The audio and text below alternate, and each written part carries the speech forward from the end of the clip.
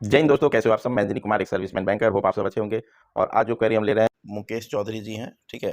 6 दिन पहले मेल से आया था ये क्वेरी। सर, आई एम एक सर्विसमैन फ्रॉम राजस्थान से हैं ये। My question is that is there lot of payment loss in bank after retirement of 3 years। 3 साल के बाद अगर रिटायर होते हैं तो बैंक में पे प्रोटेक्शन जो बेनिफिट है वो कम हो जाता है क्या?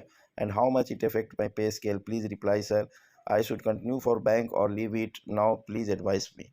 तो आई थॉट कि एक इम्पॉर्टेंट क्वेरी है एंड काफ़ी एक सर्विसमैन भाई को ये गाइड करेगा। That's why I have taken his question. I am thankful to Mukesh Chaudhary ji for asking such a important question. It will guide others also. So let's discuss. यहाँ आप देख सकते हैं बैंक का डीए जो है वो इंडियन बैंक एसोसिएशन जो है वो रिवाइज करता है। लास्ट रिवीजन जो हुआ था अप्रैल 29, आप देख सकते हैं। एंड ये हुआ था मई, जून एंड जुलाई के लिए 2023।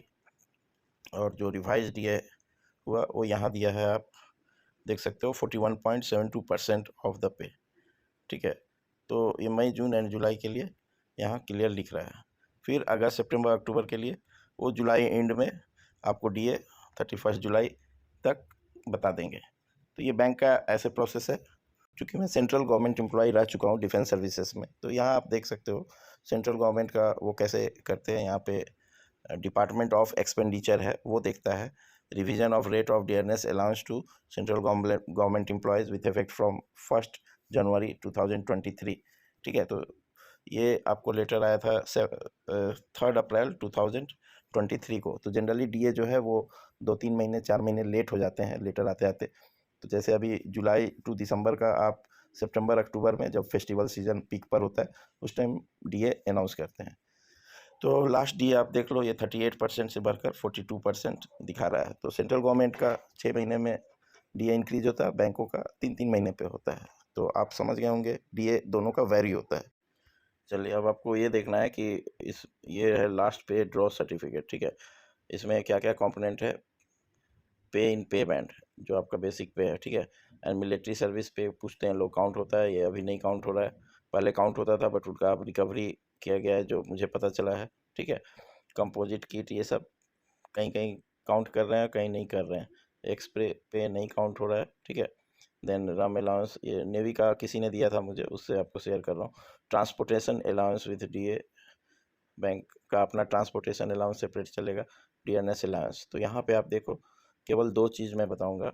आप ये IBPS bank and RRB bank में है। एसबीआई में एक स्पेशल पे 500 का है, तो थोड़ा सा कैलकुलेशन डिफरेंट हो जाता है। तो आप बेसिक पे प्लस डीए, ये 2 चीज़ पे फोकस करें। आपका जो लास्ट था वो अमाउंट कितना हो रहा है वो आप नोट डाउन कर ले। Hope everybody can do that. That is very easy. चलिए, डीए रेट का चार्ट हमने लिया है और समझ लेते हैं कि डीए रेट, ये मैं 7th पे कमीशन की बात करूंगा, ठीक है। और ये बाकी 6th एंड 5th पे कमीशन की बात नहीं करूंगा। तो यहाँ पे डीए आप देख सकते हो 42% जनवरी 23 से है। एंड जुलाई 20 में 17% मिला कोविड के कारण। एक्चुअल में वो 24% था, ठीक है। तो कुछ एक सर्विसमैन भाई 17% पे भी उनका पे फिक्स हुआ था, लेकिन जैसे डीए परसेंट बाद में रिस्टोर हुआ जुलाई 21 में, ठीक है। जो कोविड के कारण डीए इनका जो बेनिफिट था वो रोक दिया गया था कुछ समय के लिए। तो जैसे रिस्टोर हुआ तो वो दोबारा उन्होंने सर्टिफिकेट लेके फिर से वो पे फिक्स कराया, तो उनका थोड़ा सा और बेनिफिट हुआ डीए इंक्रीज की वजह से।